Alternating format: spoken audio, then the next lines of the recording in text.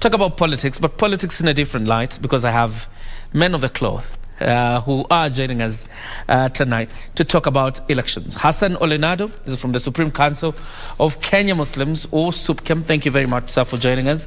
And Archbishop Muheria of the Catholic Diocese of Nyeri. Both of you gentlemen are very much welcome. Thank you. You know, to talk about the conducting of this election, because it is very important, to start with you, Archbishop Muheria. From where you sit as a man of the cloth, leading faithfuls, we have an institution called the IEBC. Do you have confidence in the IEBC? Thank you very much. I think all of us first are concerned about the delivery of elections that are fair, that are free and credible. And we've been building up on IEBC, and they have had many hurdles. But to be honest, we currently give them a fairly good score as we cross onto the day of election. And we do believe that they can pull up still higher to enhance the confidence and the trust that the Kenyans should give them. And we do hope that this coming 10 days will actually put in better they'll be able to explain and lead the Kenyans towards that level of confidence that we would desire at the moment of the polls. They, and we hope, are going to be able to weather the current storms that seem to mar that image that they've been trying to build up. We, as church, have been challenging them and asking them to speak about the things that we see are hurdles, because indeed they're still hurdles that are not yet sorted. And we'll talk about that in a bit. But Hassan, do you have confidence in the IEBC? Thank you for having us. Actually, yes, we have confidence with the IEBC.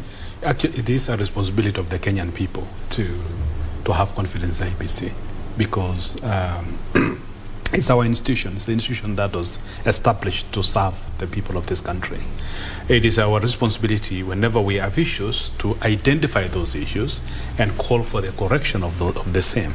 But we cannot honestly sit down and say we don't have confidence in IEBC, because this is a very critical institution in the democracy of this country. And what is actually even more encouraging is the recent survey. I think there was a survey that gave IEBC some sort of good standing in terms of the confidence Kenyans have.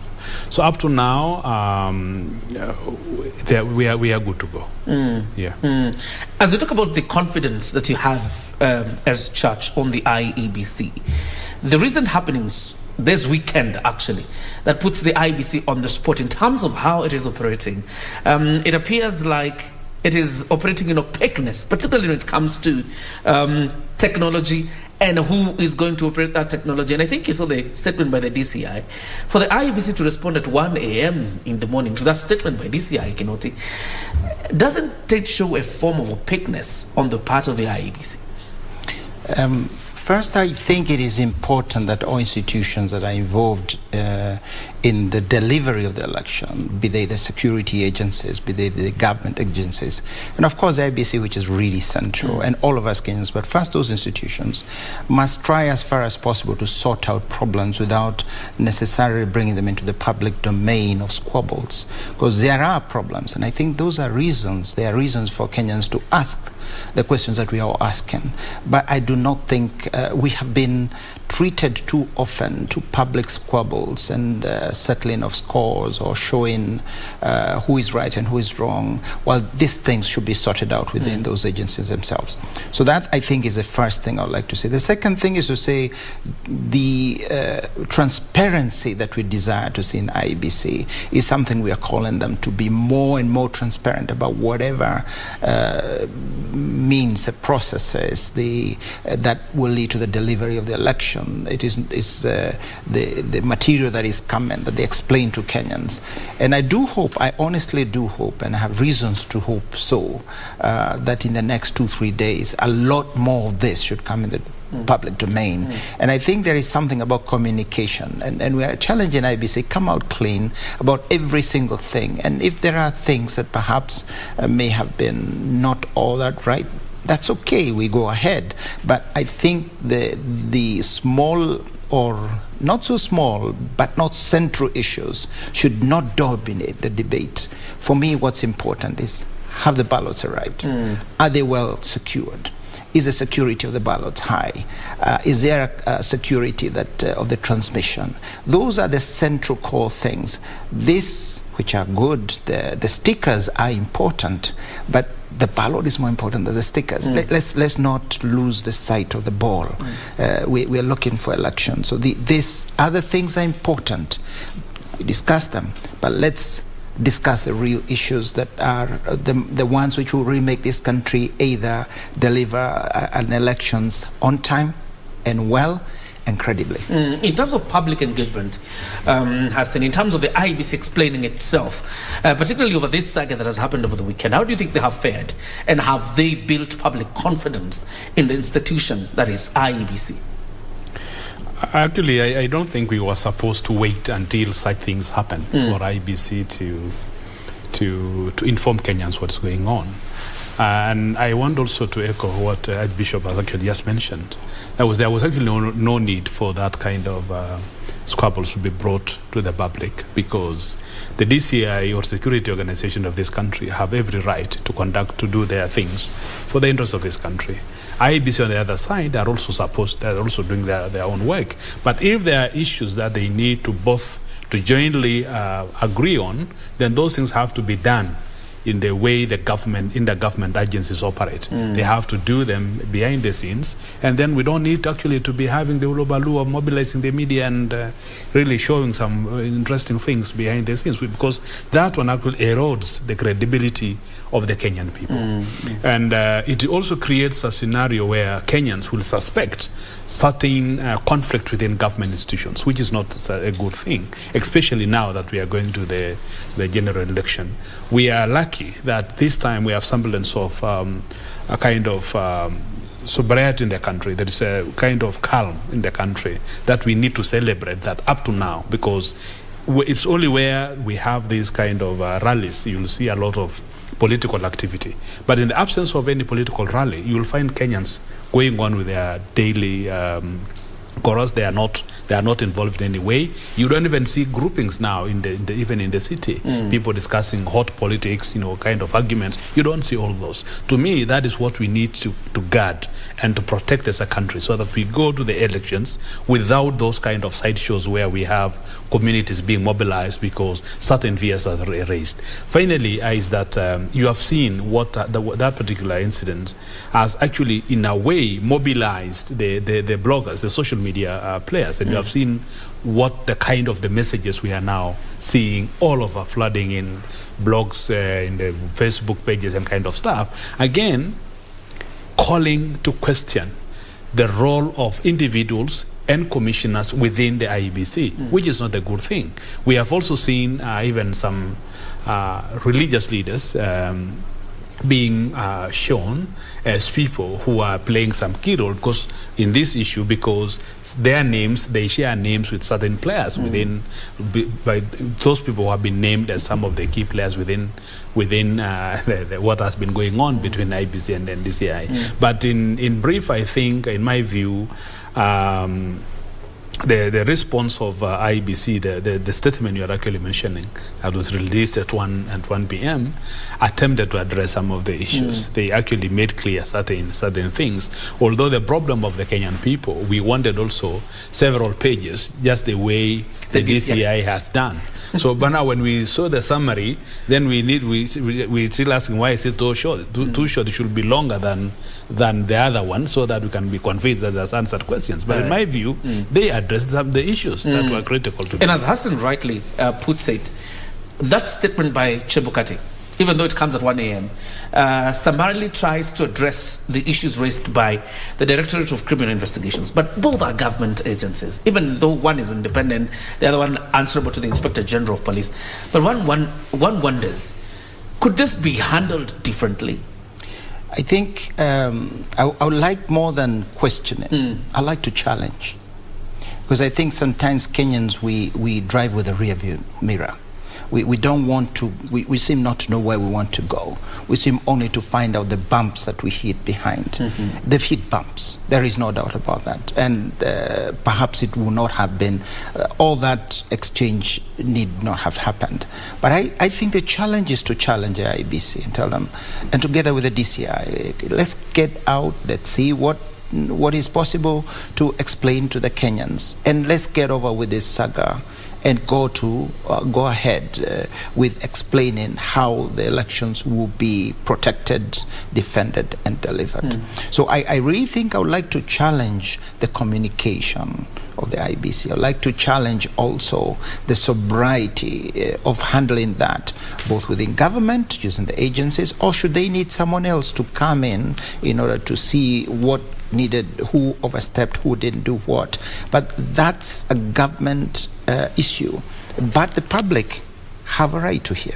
So I'd say right now what we should be thinking about is eyes on ball, 9th of August, main issues, main players, delivery of the votes to the stations, or the votes in.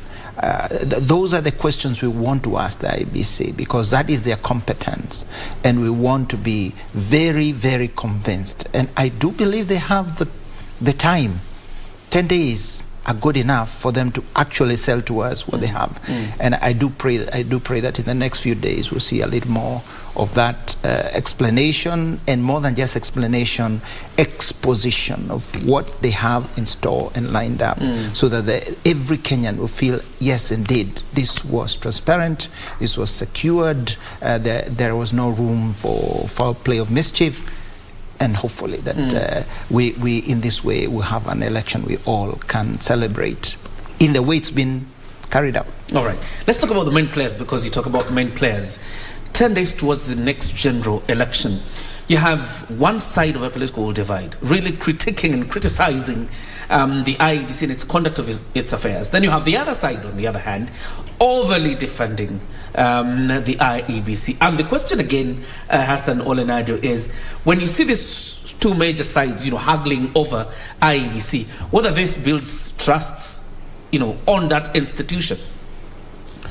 Yeah, it's actually worrying. It's not something good that we should allow to continue if there are a mechanism of stopping it, because when you have players, in the field, and one player is deliberately attacking the referee and the other one is praising the referee, it worries the spectator, the person who is actually looking at it from the outside, because you may not know what is actually going on.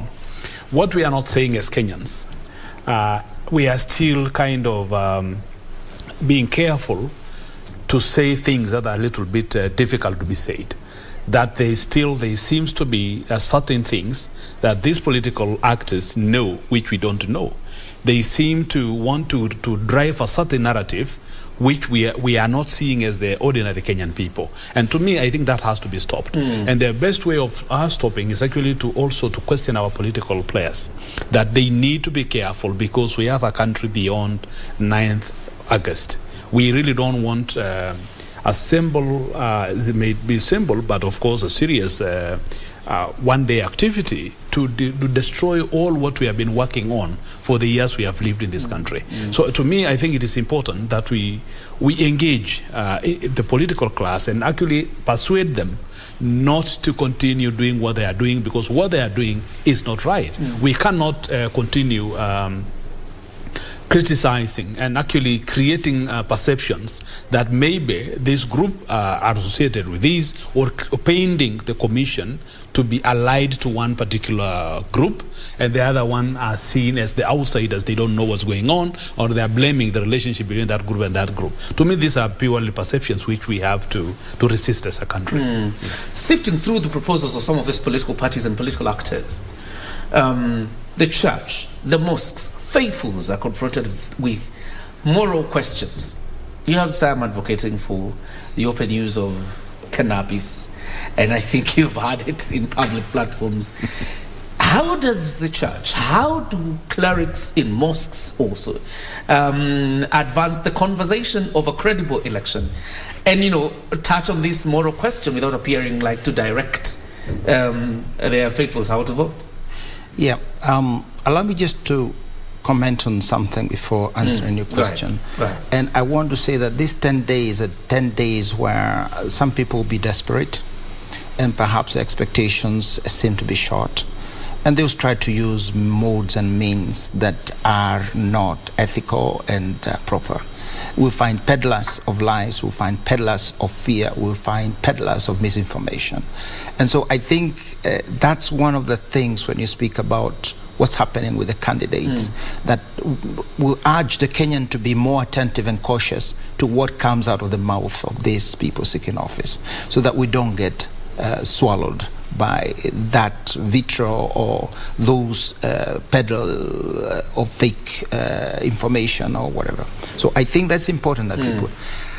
What's our role in this moment? What's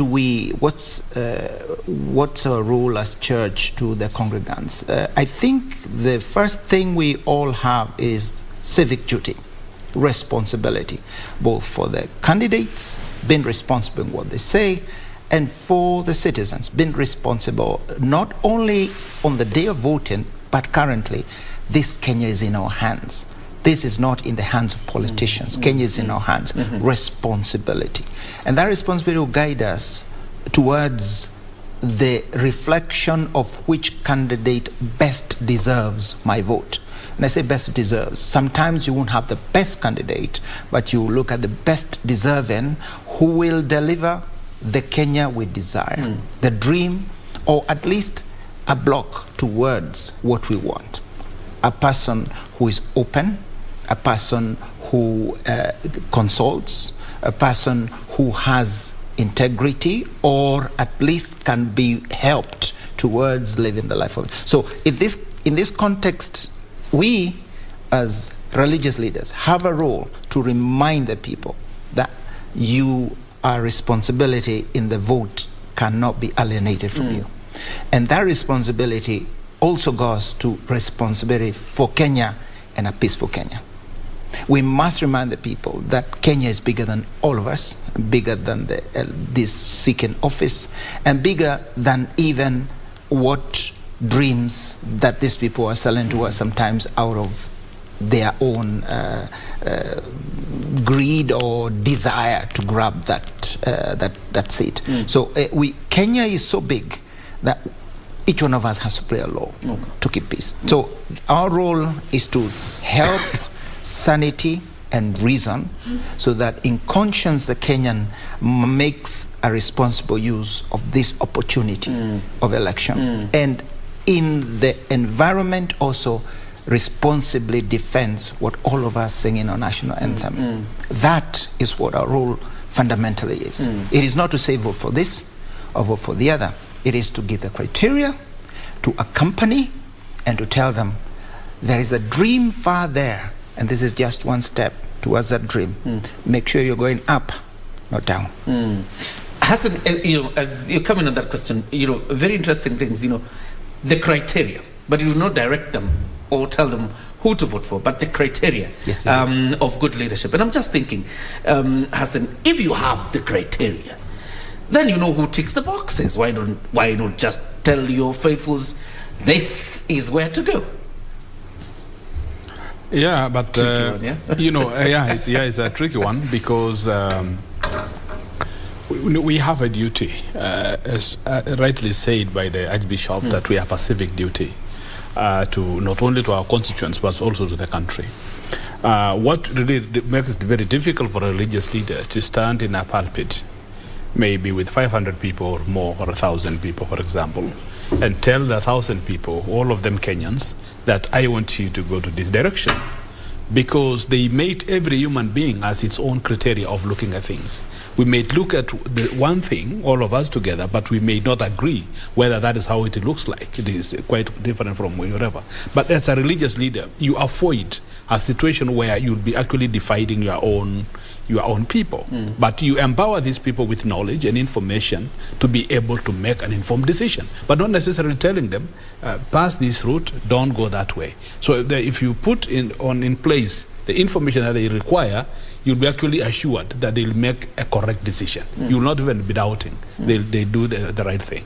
But directing them will not be really something good for religion. As you respond to that, Archbishop, because President Uhuru Kenyatta, I think even in a meeting that you were in, the president challenged religious leaders to stand up now and speak the truth. Don't fear to take a position. I'm still on that. Why not take a position?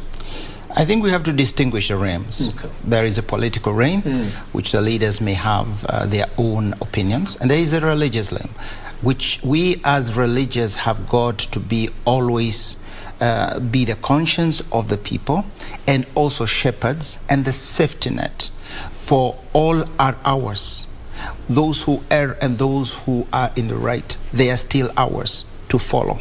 So we cannot start dividing and excluding. That is the first criteria of leadership in religion.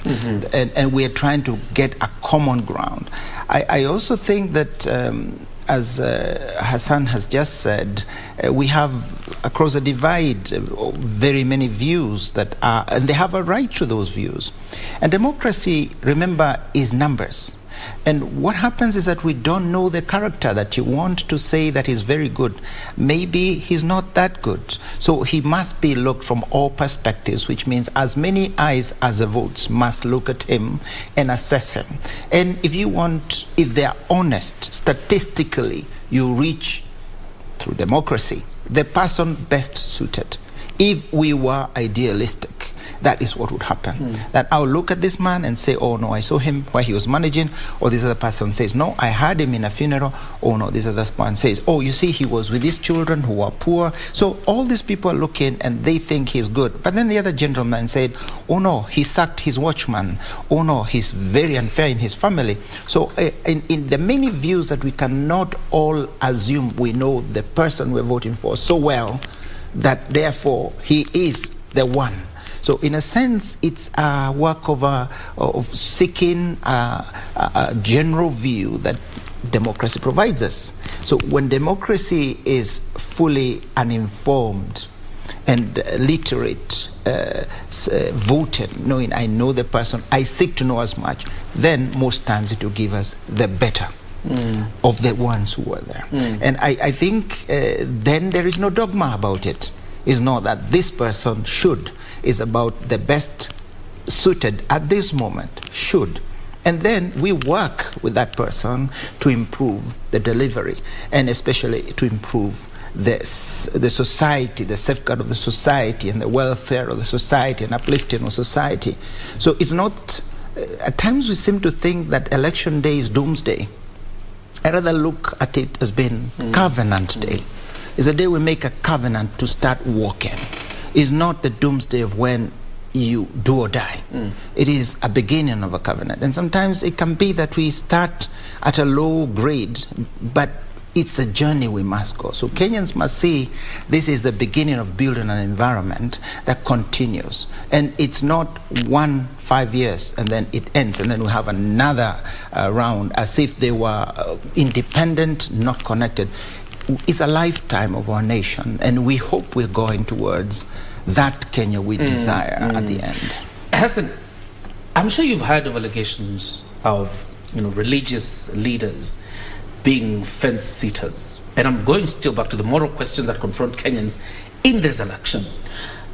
There are those who would ask, is it a failure of the religious leaders or the failure of society in general that we are confronted by so many moral questions, particularly in this election?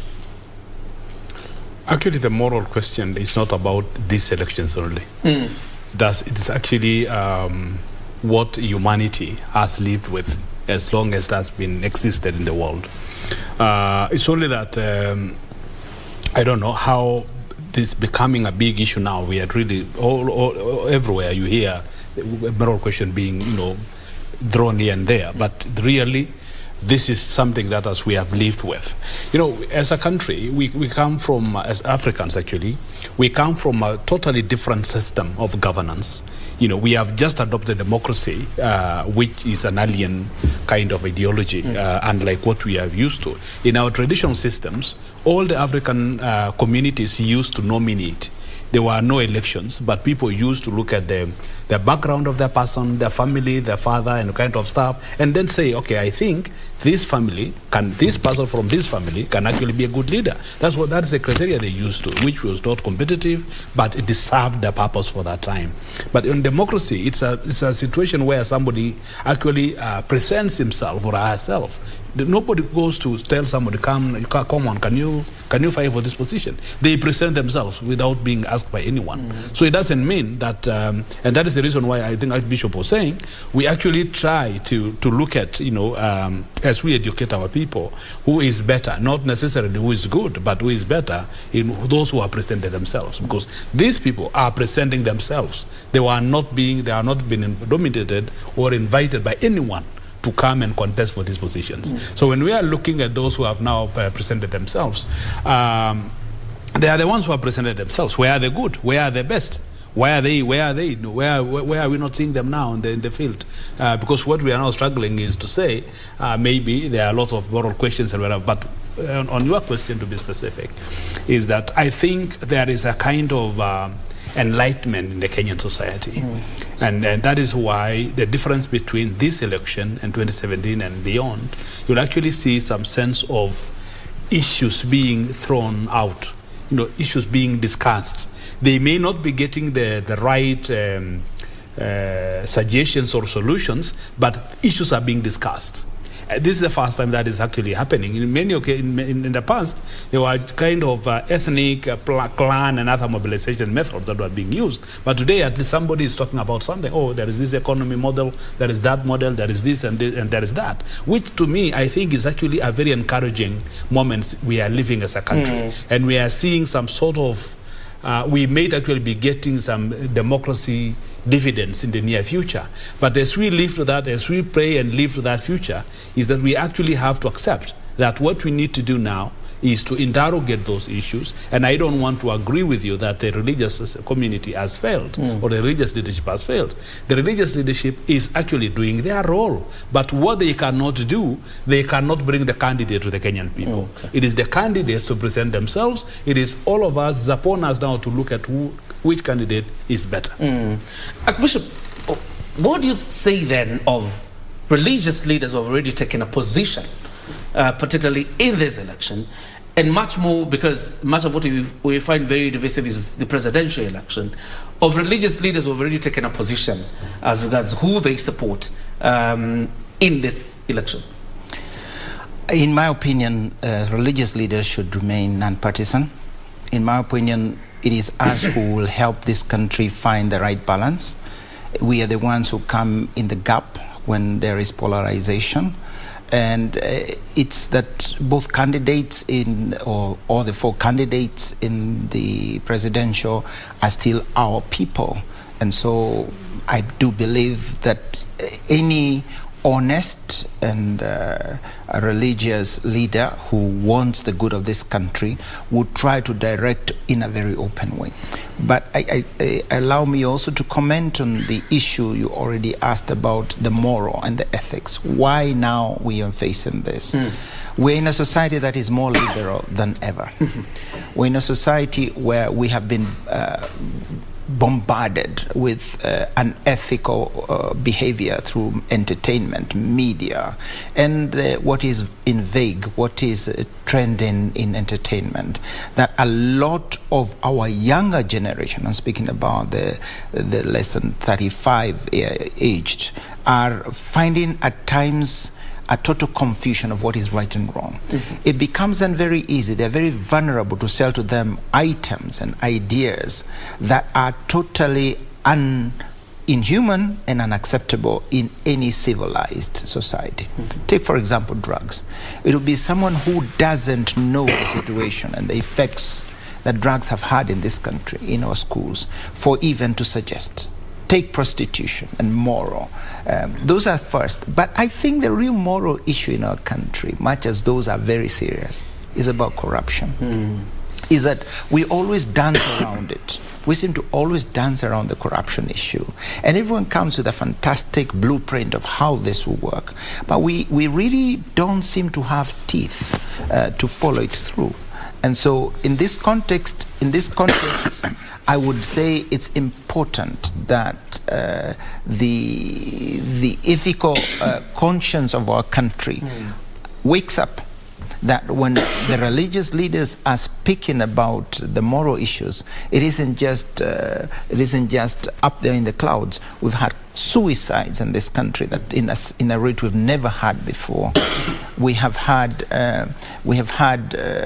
tremendous situations of family dispute, violence, domestic violence of the highest level we've ever had. So it's logical that those situations be considered. All right. Finally, that it's important that life, human dignity be placed at the center of this discussion, especially the moral of the poor in our country. How are we dealing with them? Are we abusing, using, or are we serving and uplifting?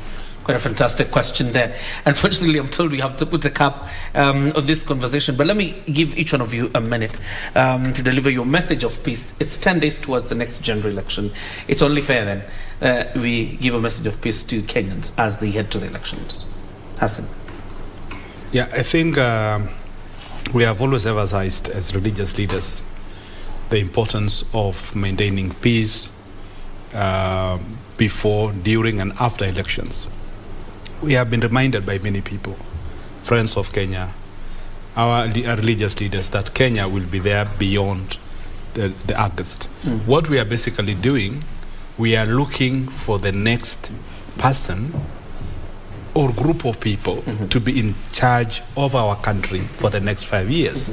So there is no need for us to destroy what we have actually worked on, what we have, institutions that we have established, and even create unnecessary suffering for our people, where we lose lives, the properties are destroyed, we displace our people and communities, because my person or our person have not been elected or have not been in office, because this is the only time that we are actually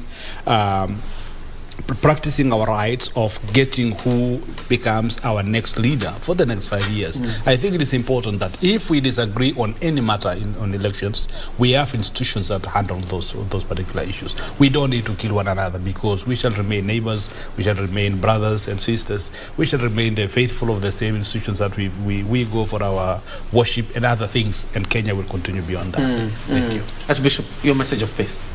First and foremost, I'd like to tell Kenyans that we congratulate you by how we have actually behaved in this time of campaign. We've really shown a great moment. And this is the spirit. There are those prophets of doom who have been saying it's impossible to deliver an election that is peaceful in Kenya or that is fair and credible in Kenya. We must prove them wrong. And it is we Kenyans. We must be the safeguard of peace. We must be the ones who protect peace, but also the dispensers of peace. We must talk peace. We must, to one another, give peace. And this goes first to our candidates, who, should we ask, we plead, let there be words that are reconciliatory, that are communion, bring people together, union, and peaceful. And the Kenyans, especially the young people, that we have a future. We have a Kenya we dream. We may not quite be there, but it depends on how we, this moment, as it were, work with the peace, bring out the peace, and manage this moment, which is crucial for the future of our country. We'd like to say that we believe and pray that after August 9th, we are going to continue as brothers and sisters. We challenge the institutions, of course, because justice is at the base of peace, that they may do all that they can in order to make sure the processes are fair and transparent. Therefore, they will be credible and therefore legitimate. We pray that this is what we are going to deliver. But Kenyans, let us hold together. Let us continue this defense we've made for peace. And finally, please, let us kneel to God. He's the one who bestows on us peace, before him, and ask him, give us peace, be with us. Let's be in your hands and defend this country that believes in you and that is worth so much that it's not worth to lose it nor even lose one soul because of elections. Fantastic. Thank you very much, Hassan Naado from the Supreme Council of Kenya Muslims, that is SUPKEM, and Archbishop Anthony Muheria of the Catholic Diocese of Nyeri, talking about elections, the need for peace, but again, the place of a church as well as Muslim clerics and the faithfuls in the playing their part when it comes to the maintenance of peace and doing the civic duty of going out to vote and voting responsibly. That's where we end Prime Edition tonight. My name is John Jacob Kioria. See you around. God bless you. Good night.